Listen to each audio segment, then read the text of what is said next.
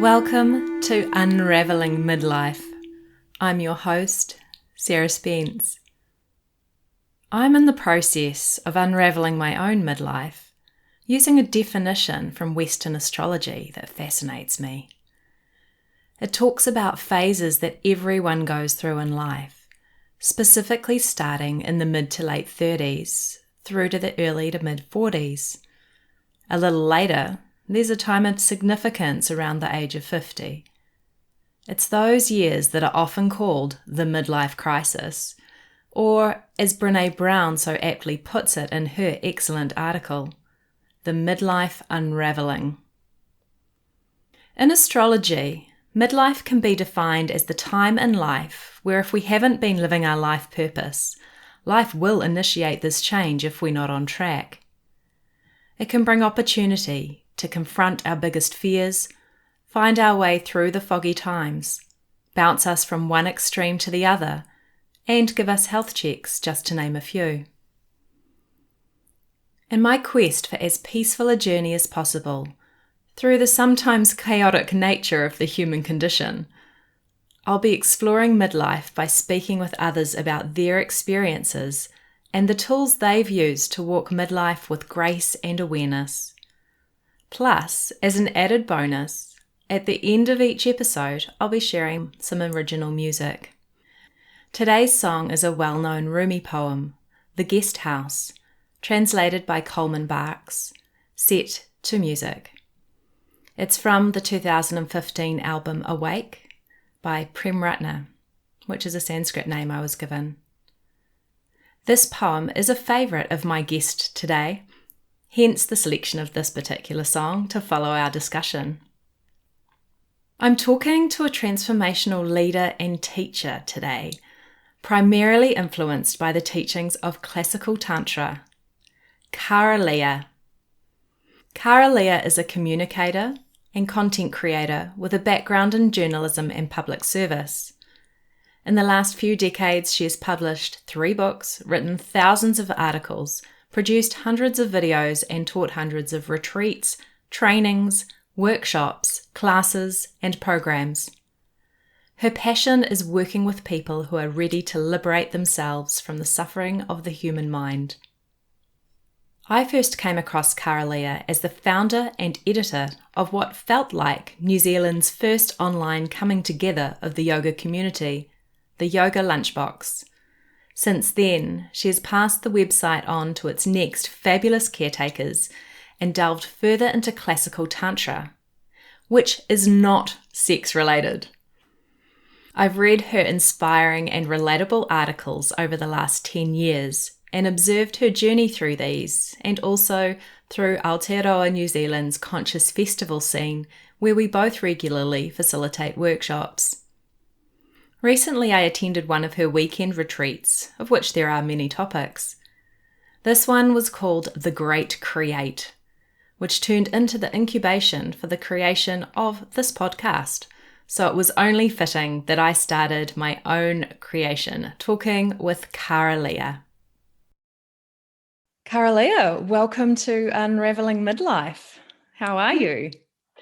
I'm unraveling, and I'm definitely in the mid of my life. So it's definitely the right place for me to be in. I feel good. Thanks so much for joining me today.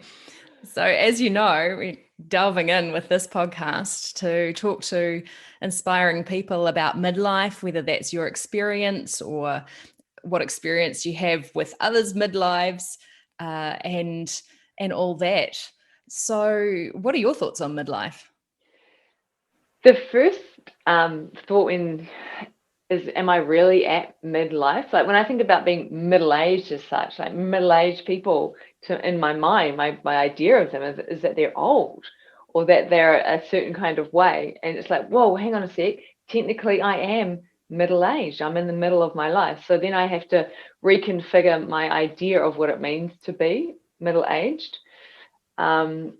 What I'm noticing around that is, I'm 45 and a half. So I am halfway to like 91.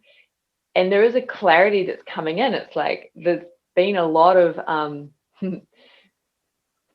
years that have already passed And in some ways, I'm not where I thought I would be. And yet in other ways, I'm right where I thought I would be. But there's a sense of not wanting, I know you can't waste time, but there's a sense of it's now or never. It's like, now is the time. Now is the time. No more time for like little detours, and I can do it later and it doesn't really matter. It's like, nah, it matters and it's now, and let's go for it. I found when you said midlife versus middle-aged, and I was thinking about the difference between them and the association of middle-aged kind of showing a bit of ageism, not you personally, but like as society. And I've also observed that in life, in my working with older people sometimes too, that ageism. And when I talk to older people, older adults, they tell me they still feel 33 or 25 or whatever age mentally, and that it's still kind of a bit of a surprise to look in the mirror or realize that they're getting older, or in the second half of their life, or even the last quarter. You may have had that experience as well. Yeah, definitely. Like I feel the same as I ever did, but maybe better than I ever did. And yet I look at my skin and I look at the wrinkles and starting to get grey hair, and it's like, whoa, the packaging is changing. The packaging's starting to degrade. It's fascinating watching changes in the body. I remember a book I read the first chapter of, and it was called What Are Old People For? And it suggested an advertisement for wrinkle cream. Imagine putting on this wrinkle cream and getting wrinkles and having so much respect from other people because your wisdom was showing. Just the opposite of current day dermatological fillers. I would love to see that ad. That would be epic to actually see someone do it, as if it was like L'Oreal or whatever, Revlon, whatever those products are, to do one for like creating wrinkles. Oh my God. I'll make sure I put that book in the show notes. Oh, I love it. I love it. I do notice, like, because I'm dedicated to awakening and liberation. So I'm very aware that the way that I perceive the aging body, it shows me how identified I am with it. And so I'm using it as like my day-to-day reminder that I am not this body. And also to that day-to-day reminder that there is inherently nothing more valuable about youthful skin or older skin, that in itself is a projection, that in itself is societal conditioning.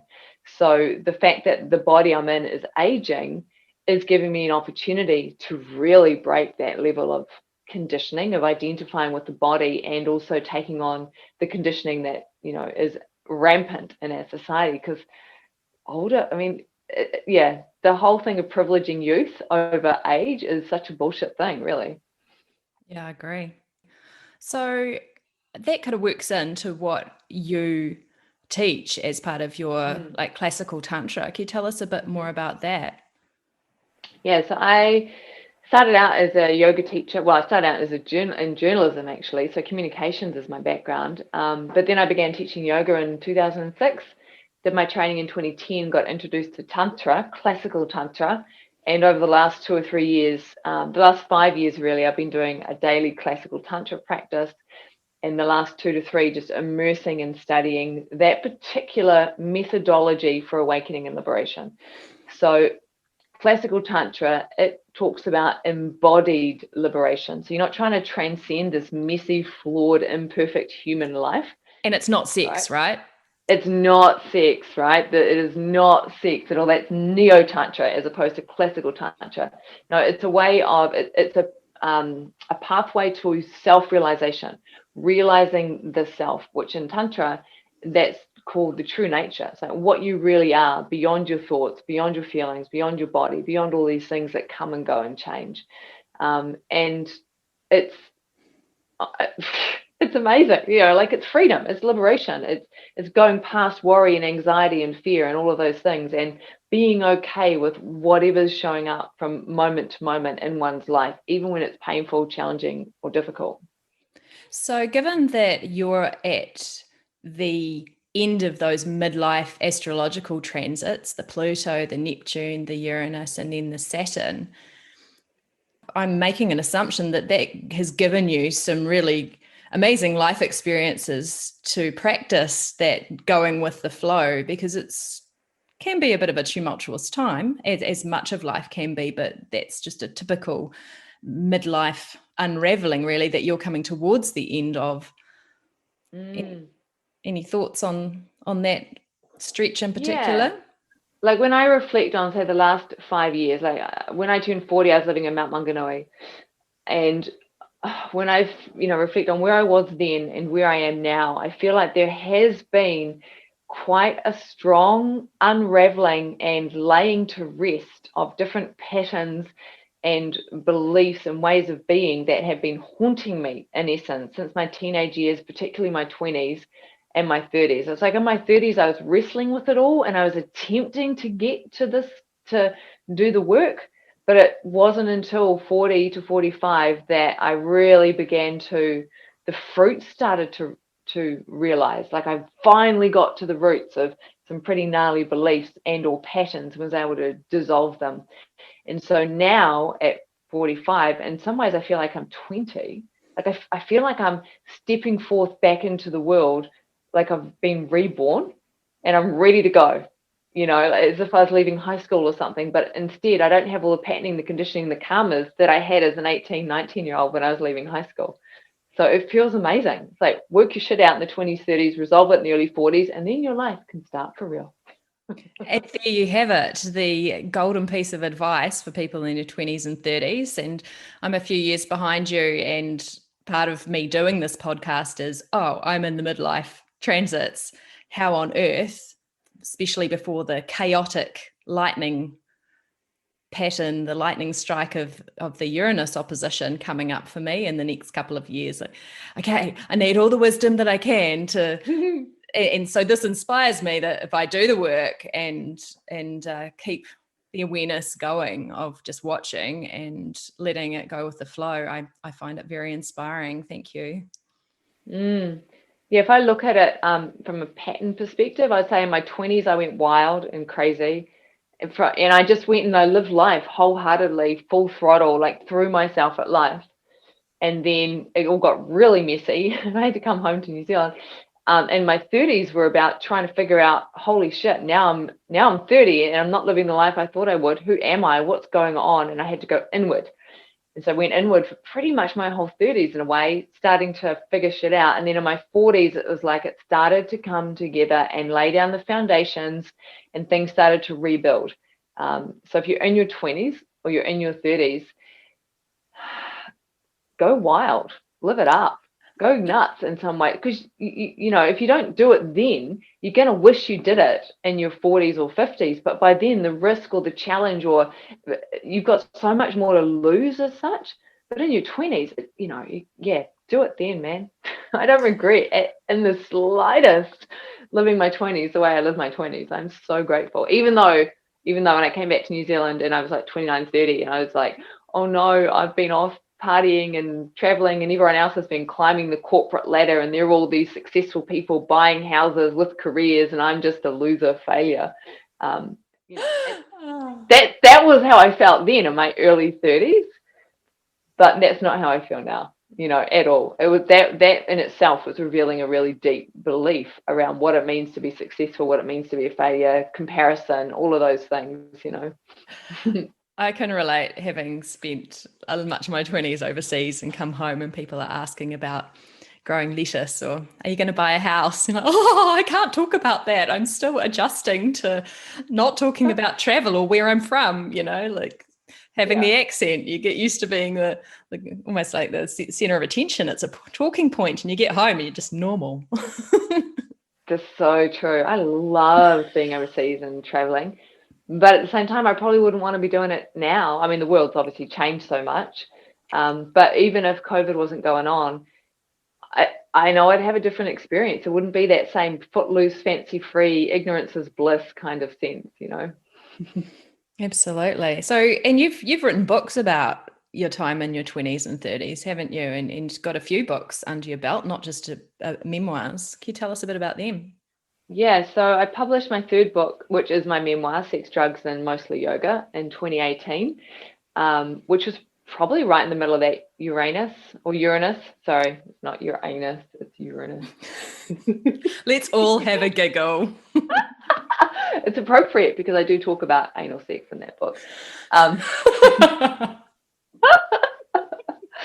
But that was a real completion for me. Like writing that memoir really completed and ended that time in my 20s and then the recovery in my 30s. And I think so that published in November 2018. So that felt like a laying to rest of things for sure. And then my earlier books in 2013, I published 40 Days of Yoga, and that's a cycle that basically takes people through the psychological process of committing to daily practice. And so that would have been, I think that was at the end of one of my first transits when I looked at the dates that you sent me. One of those transits went from 2010 to 2013. So it was like that transit in particular was when I was having my son, leaving his father, like my partner, and then going, holy shit, I am a single mum with no money. And I was like 35 and had no, I'd left a job as a speechwriter for MSD, so for the Ministers of Social Development, in order to have the child. And so it's like, what am I going to do now? And that was when I really orientated. That's when I started my business. And I was like, I need to create a product. Oh, I'm a writer. I'm a yoga teacher. I really get the psychological process of commitment. I'm going to write a book on that. And so that came out in February 2013. Which was your Pluto square. Yeah. The time they say can be quite traumatic. Funny that. Bit of Funny upheaval, that. facing your deepest fears. Well, you know what my deepest fear was? Oh my God, that's so interesting. When I was a teenager, my mum left my dad, or they broke up when I was 11. So she was a single parent with 3 children. And as a teenager, my biggest fear was ending up as a single parent in my 30s. And guess what happened? I ended up as a single parent in my 30s. And I discovered it wasn't that bad. That a lot of what my mum was experiencing was not because of the circumstances, but because of her beliefs and her mindset and what was going on internally for her. So I had to go into my biggest fear to discover there's nothing to be afraid of here. You can totally thrive. It's all about you and not about the circumstances. That's true. My biggest fear that I looked at in Pluto Square was different again, but around other people and what they were thinking or saying about me. And it's absolutely right. It's you've got to face it and get through it, and then there's freedom on the other side. And I think that's what this midlife unraveling is about: is becoming free. Yes, I definitely feel way more free now than I did say when I was 40. Like the level of freedom, it feels so exciting. It does. It feels like anything is possible. Like, where do I want to direct my energy and my attention? And I do feel like the work I did in my 30s leading up to it has given me such a strong foundation to then take advantage of the freedom. Absolutely. And how do you help other people? Some of them are probably in midlife. Yeah, so I now work with people in a variety of ways. I run tantra trainings. They're like 5-day immersion residential and or 8 weeks online. And so that is giving people the view teachings of tantra. So here's how to orientate to reality in a way that leads to liberation and freedom. You see, and so those trainings also teach people how to be with whatever's arising in the moment and how to digest the emotional experiences of the now, but also any undigested emotional experiences from the past. So very much about freedom. And I do a lot of other things in terms of workshops, one-on-one sessions, online courses, but I guess the core of all of it is supporting people to unlock their potential, supporting people to be with their emotional truth, the reality as it is, so that they can just be in their power and move from that place of ease. I love it, as you can probably tell. Like, I love working with people like this because seeing people just light up and step into their potential and their dreams and all of that is extraordinary. And I know that we're here making this podcast, the inaugural episode, because I attended one of your retreats, The Great Create, and I didn't really know what I was going to be creating, but here we are with the great action plan that I got out of it. slowly, didn't happen overnight, Mm-hmm. but it did happen. That's it. Like you're here 3 months later making a podcast, and that's what I mean. What I notice when working with people is that there's this energy that comes through where people know the direction they want to move in, whatever it is, towards a relationship or towards a dream or towards something creative or financial. But then all the fears and the doubts and the thoughts and the beliefs and all this stuff comes up that's in the way. And so in essence, what I do is help people to identify that and to dissolve it. To recognize if you can dream it, if that dream has you, then you can have that dream. That's so true. I was rereading my notes before we came on to talk, and it was really inspiring to go, oh, yeah, those were my doubts. But that was my vision. Yeah, this could be where I am in 2 years' time. And people always say, what's your 2-year plan? What's your 5-year plan? They don't actually tend to say it as much as going for a job interview and, well, what's your 2-year plan? What's your 5-year plan? I actually haven't ever been asked that in an interview, which is good because I'm like, well, hang on, anything can happen in that time. I can have, if you're too attached to the destination, are you going to enjoy the journey? Yeah. Yeah, I think that's a big aspect. Like when I work with my own life or with other people, it's definitely not outcome focused, but it is focused on trajectory and kind of like orientation. So what are you orientating toward? What's your trajectory? With the realization that as you move along that trajectory with that particular orientation, there'll always be new information, new data coming in, and you'll shift and change into a different person as you move. So then you might realize, oh, I just want to adjust my trajectory slightly and head for that island instead of that island. And then that's okay because you already become a different person.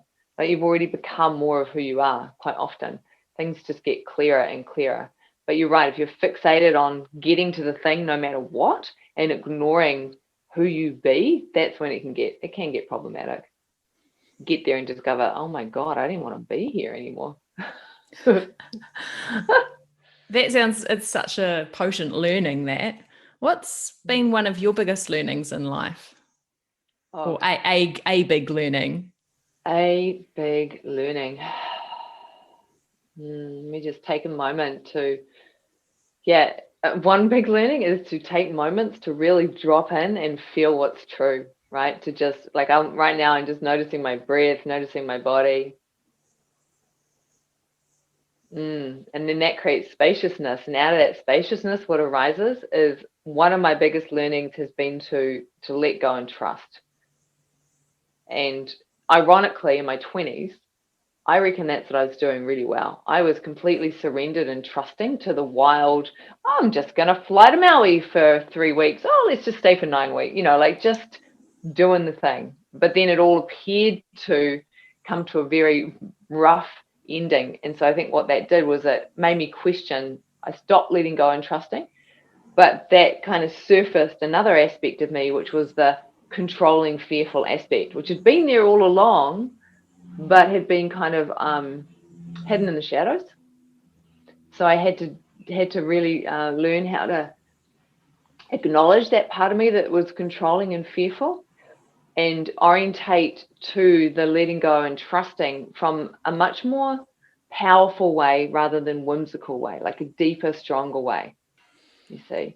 So, question around that change, because I'm thinking that around 29, for the couple of years, 28 to 30-ish, there's also another transit called Saturn return, and Saturn's associated with control and structure and tradition. And that time's often called the becoming an adult phase and taking on responsibility. Is that something that kind of happened at that time? I mean, that was when you came back from overseas, so I assume maybe yes. Pretty much bang on. So one of the major reasons I came home from overseas is I had an awakening / psychosis, and I had 2 episodes of psychosis. One that was mid-August and one mid-September in 2004. And the first one was potentially triggered by recreational drug use, you could say, but then I stopped all drugs. So the second one was triggered by my fiance breaking up with me. Now that second one was more potent. It felt more scary because I couldn't blame the drugs. it's easy to blame the drugs for going a little off center, but there were none.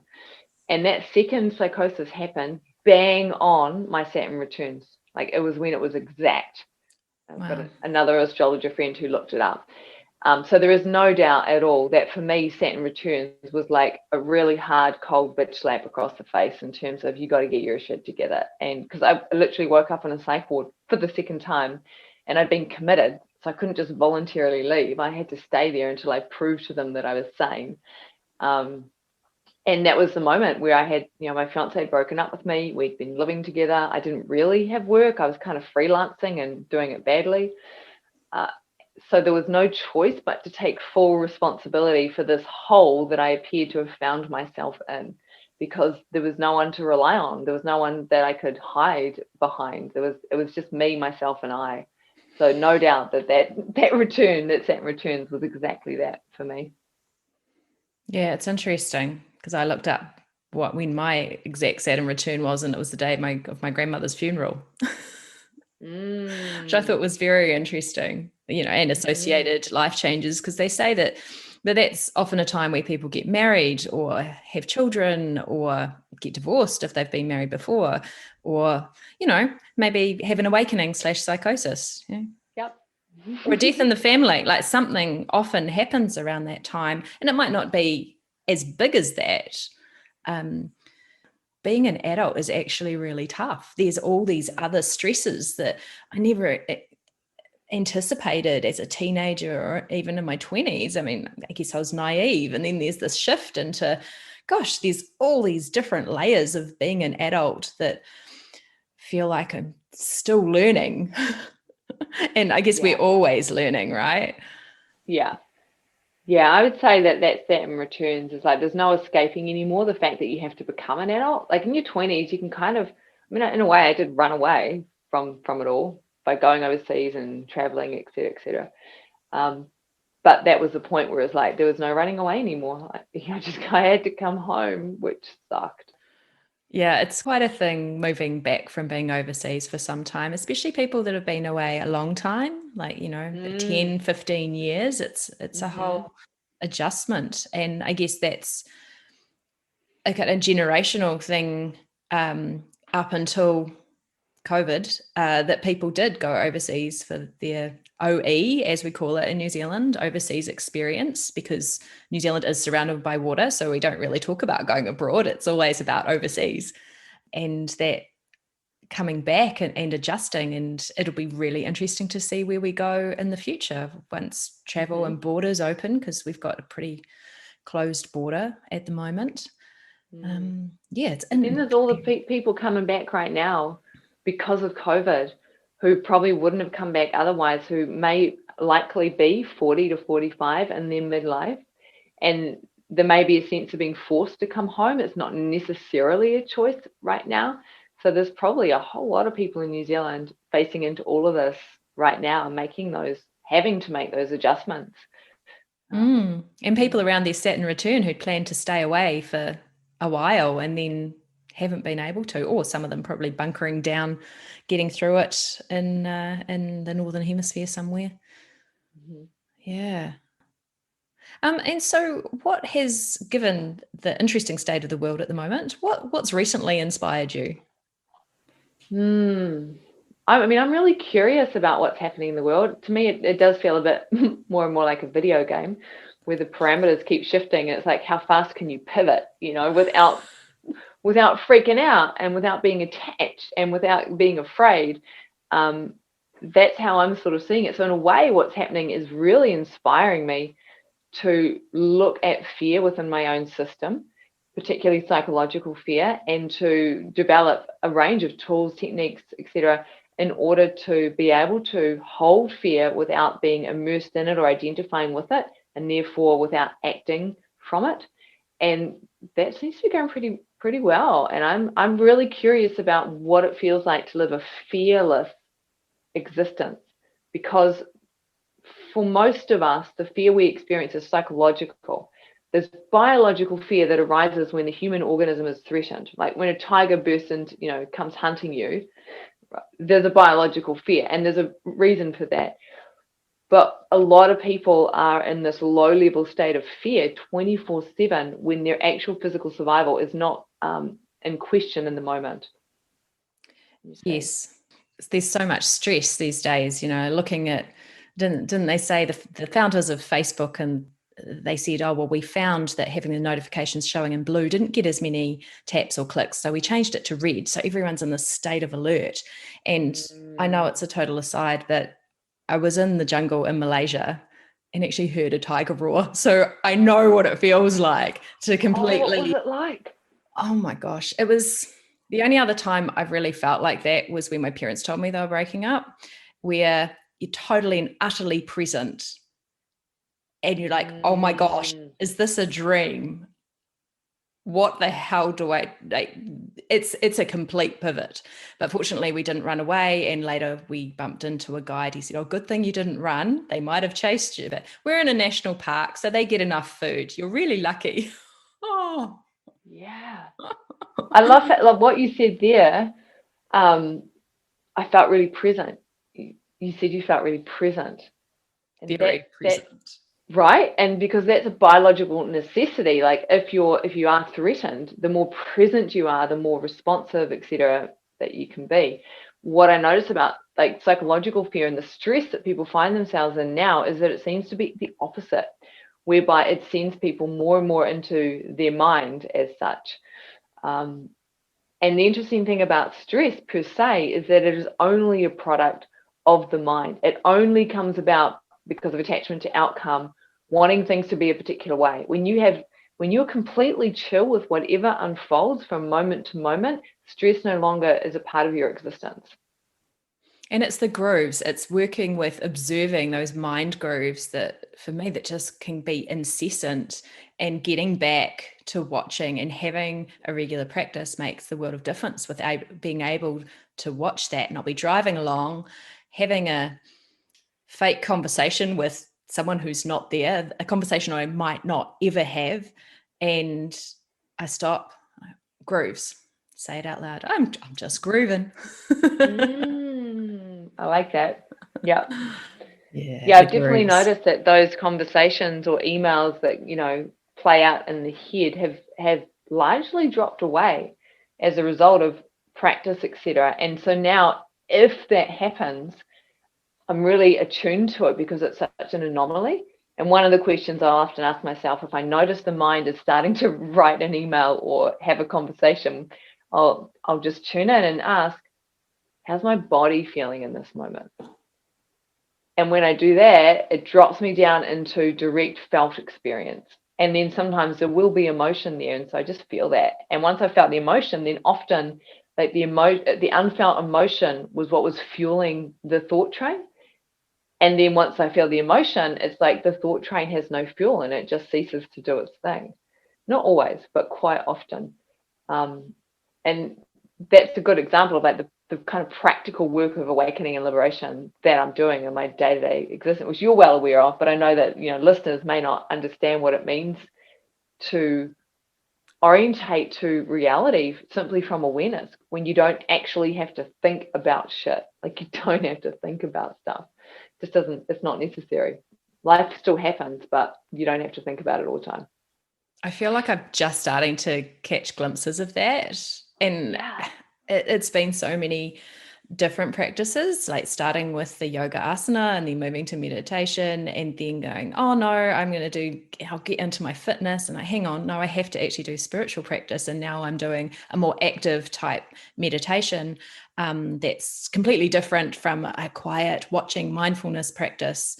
And it's working for me at the moment. So you do what works for you. I mean, I get the feeling that people that aren't into the spiritual concept of meditation or enlightenment, or even enlightenment seems like a kind of far off goal. Just being present is my aim. Easier said than done a lot, often. That even running, getting into that inhale, exhale, it's a form of pranayama, the breathing aspect of yoga. The regularity of watching and just keeping on watching and keeping on working and realizing, okay, I've just got to keep going, keep watching, and pick myself up again and keep going. Mm-hmm. And I liked that because I remember because you write, you're a writer and have these amazing articles on your website, which is www. Kara-Leah.com, but no hyphen. My name's hyphenated, but my website is not. Kara-Leah.com, and she's got great articles, and I'm pretty sure you addressed it in there that you were doing your 1,000-day practice. You'd aim for your 1,000-day practice, and you fell off the wagon a couple of times, but you finished it. Mm-hmm. And Yeah. how many years was that? So I started that intention it was March 2015 when I was like, all right, I'm going to do 1,000 days in a row of the same practice. And then it took me 5 years and 3 months to finally do 1,000 days in a row of the same practice. And I completed it July 26, 2020. So last year. I just keep going. So I'm still, doing the thing. So I'm closing in on, I guess, 1,300 days now. Well, if that's a way to spend some of the midlife years, that totally. That's a really good point, because in March 2015, I would have been almost 40 because I turned 40 in August 2015. So it would have been probably a Neptune square. So Neptune's to do with spirituality. And so I know for me, that's what I'm in at. The midlife transit I'm in, because according to astrology, there's lots of things that can be happening at the same time as these, that is all personal to our own personal astrological chart at birth. But that Neptune square, and I was talking with a friend who's very similar age to me, a few months younger, and talking about how confused we were feeling about our spirituality, always having had it been such a center focus of our life, and then suddenly like not really being interested. That's been a really interesting, fascinating journey to go through, really, as well. Did you have that at all, or were you like not being interested in it? Not being interested, or kind of going into a different eddy or a different braid of a stream? No, not at all. Like I've been pretty hell-bent, since that awakening/psychosis, because the awakening was a major paradigm shift. I dropped into what it felt like to be awake. And so and then of course psychosis and waking up, and I was right back in, conditioned mind, and it felt like being in hell. But I'd had that glimpse of what it felt like to drop into awakeness. And so that has been such a motivating force in terms of like, I've just been so committed to the spiritual path ever since. And I do think that committing to that 1,000-day practice in March 2015 was a watershed. And I could literally see the progress that unfolded when I dropped the ball the first time around, day 338, I think it was. And then the second time around, I'd start again from day one. The second time around, dropped the ball day 617. And the difference in, two very similar experiences, dropping the ball. And the second one, you'd think I'd be even more pissed off because I was like even closer.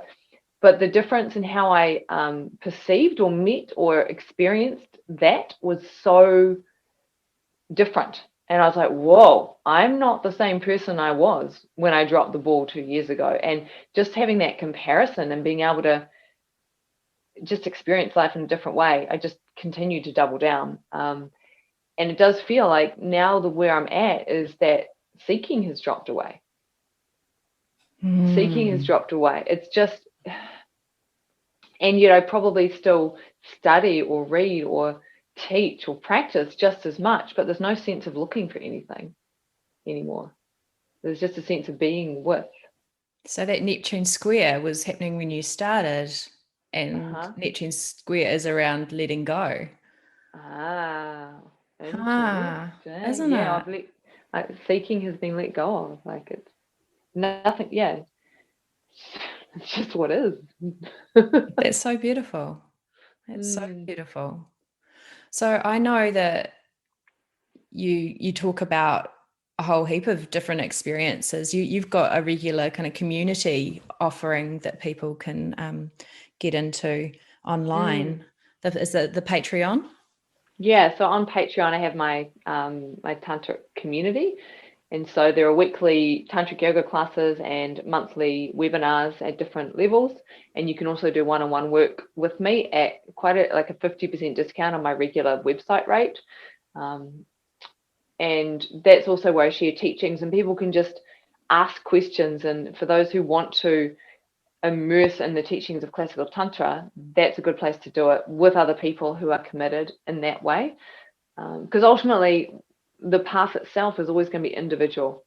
It's always going to be individual. So to be in a community of people who are working, working the teachings in their individual way is really, really useful, because I, as a teacher, tend to just keep pointing students back to themselves. What's your direct experience? What are you noticing? What are you aware of? How does that feel for you?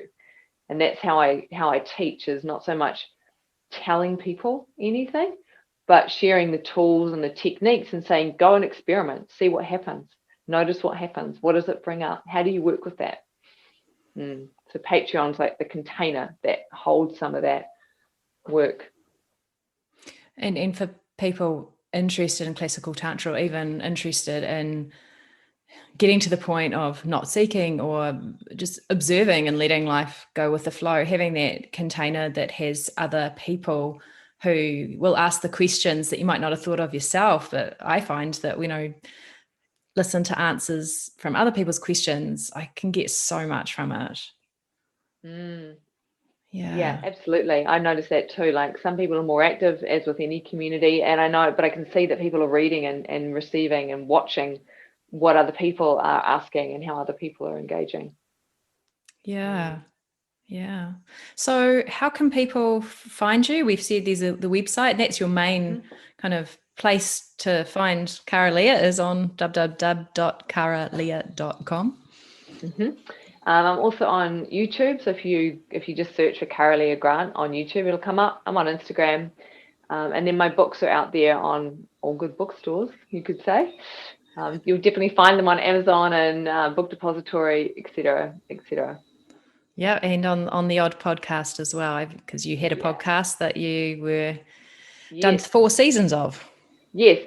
Pillow Talk, and I still have to do the last episode. Actually, it's one more episode to go, and then I'm going to retire that particular one and consider and see what comes up for the next series of podcasts. Who knows? Maybe I'll just guest on them instead. No, well, that's great. When I find someone that I want to hear more of, I'll just go onto a podcast app and search for a name. And sometimes you get some really interesting, like, varieties of podcasts and different hosts, and discover new things and all that. It's the world of technology. I mean, the moon does go to the 7th house every month. Jupiter aligns with Mars every 2 years or so. And we're at the dawning of the age of Aquarius. Information's just moving faster and faster. Yeah, because Aquarius is so connected with social media and technology and the internet and community and connections. So we're all kind of moving this way, and I think that the recent state of the world with virus means that it's had to exponentially speed up people coming on board with technology. Maybe not so much here in New Zealand, because we've been in relative freedom apart from the first 2 or 3 months, being able to effectively close the borders and control community transmission, which is amazing. And we're so lucky and feel privileged. And actually, I'm just grateful, because I find if I stare too much at the screen, my eyes get sore. Yeah. Yeah, I know. I love being able to catch up with people in person. And I love the fact that you and I can have this conversation, and we don't know who will listen to this in the next 5, 10, 15, 150, 200 years. That's true. All of our digital footprint, who knows what's going to happen with it? We might have historians studying this. This is so true. Hi, guys. Hi, future people. Oh, thank you so much, Kara-Leah, for coming on and discussing midlife and how to unravel, how to let go. I think you've got some amazing offerings to point us in the right direction of being able to just go with that flow. Been an absolute joy, as always, to have these kind of conversations with you. Yes, and thank you for getting me on this creative project. My pleasure.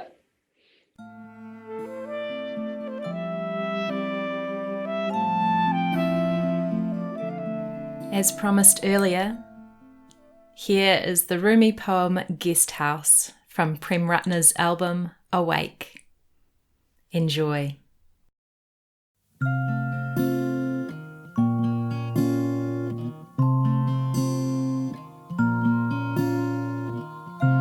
This being human is a guest house. Every morning a new arrival. This being human is a guest house. Something new each day.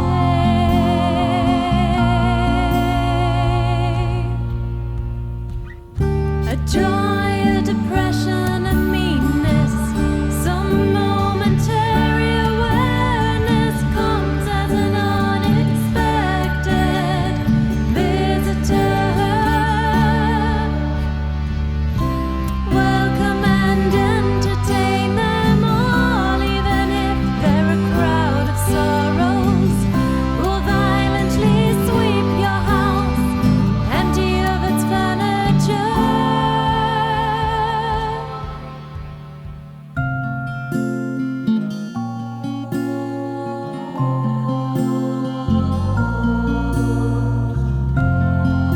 Still treat each guest honorably. She may be clearing you out for some new delight. The dark thought, the shame, the malice. Meet them at the door, laughing, and invite them in. Yeah, invite them in. Welcome and entertain them all, even if they're a crowd of sorrows. Will violently sweep your house, empty of its furniture.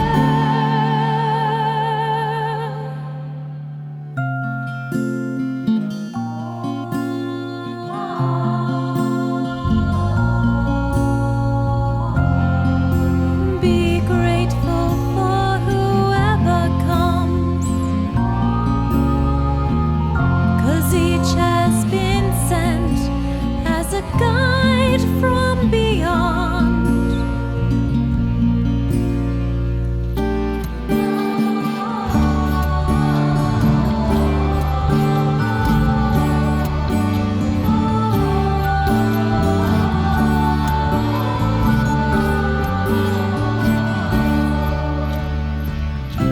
Welcome and entertain them all, even if they're a crowd of sorrows. Will violently sweep your house, empty of its furniture.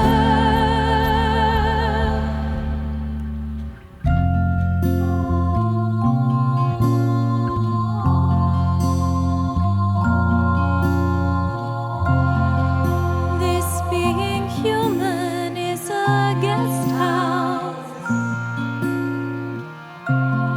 Every morning a new arrival.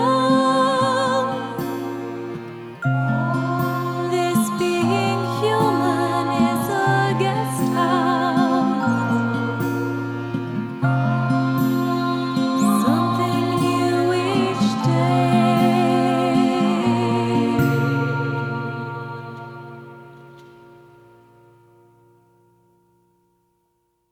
Unraveling Midlife is brought to you from Aotearoa, New Zealand by www.sarahmarlowspence.com. Theme music is by Sarah Marlowe Spence and Saraswati Marie Willis, and art by Samantha Hepburn.